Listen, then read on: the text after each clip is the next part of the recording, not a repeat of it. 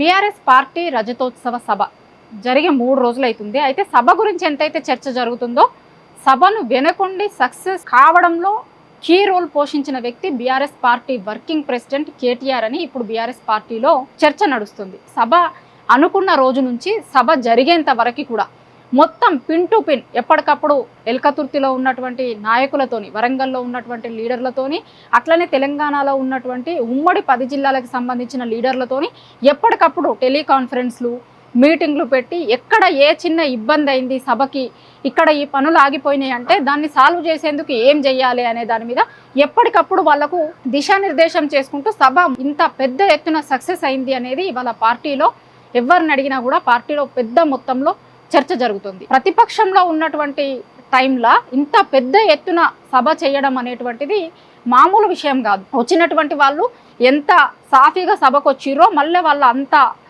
సాఫీగా ఇండ్లకు చేరేంత వరకు అక్కడ ఉన్నటువంటి సభకు వచ్చినటువంటి వాళ్లకు ఎట్లాంటి ఇబ్బందులు కలగకుండా తెలంగాణలో ఉన్నటువంటి 10 జిల్లాల నుంచి లక్షలాదిగా జనం వచ్చిర్రు రజతోత్సవ సభకి. మన సభకు వచ్చినటువంటి జనం ఎక్కడ ఇబ్బంది పడకుండా జనం అందరూ కూడా మళ్ళా సేఫ్గా పోయేలాగా ఏం చెయ్యాలి అనే దాని దగ్గర నుంచి మొత్తం అన్నింటి మీద ఎప్పటికప్పుడు పార్టీ నాయకులతోని మాట్లాడుతూ, సీనియర్లతోని కావచ్చు, లేకపోతే అక్కడ ఉన్నటువంటి లీడర్లతోని కావచ్చు, మొత్తం మందితో మాట్లాడుకుంటూ సభని మొత్తం సక్సెస్ చేయడంలో ఇవాళ సభ గురించి ఎంతైతే చర్చ జరుగుతుందో చర్చ జరుగుతున్నటువంటి టైంలో ఖచ్చితంగా కేటీఆర్ గురించి కూడా చెప్పుకోవాలి. ఈ సభ ఇంత సక్సెస్ కావడంలో ఉన్నటువంటి వ్యక్తి కేటీఆర్ అనేటువంటిది ఇవాళ బీఆర్ఎస్ పార్టీ మొత్తం చర్చ జరుగుతుంది.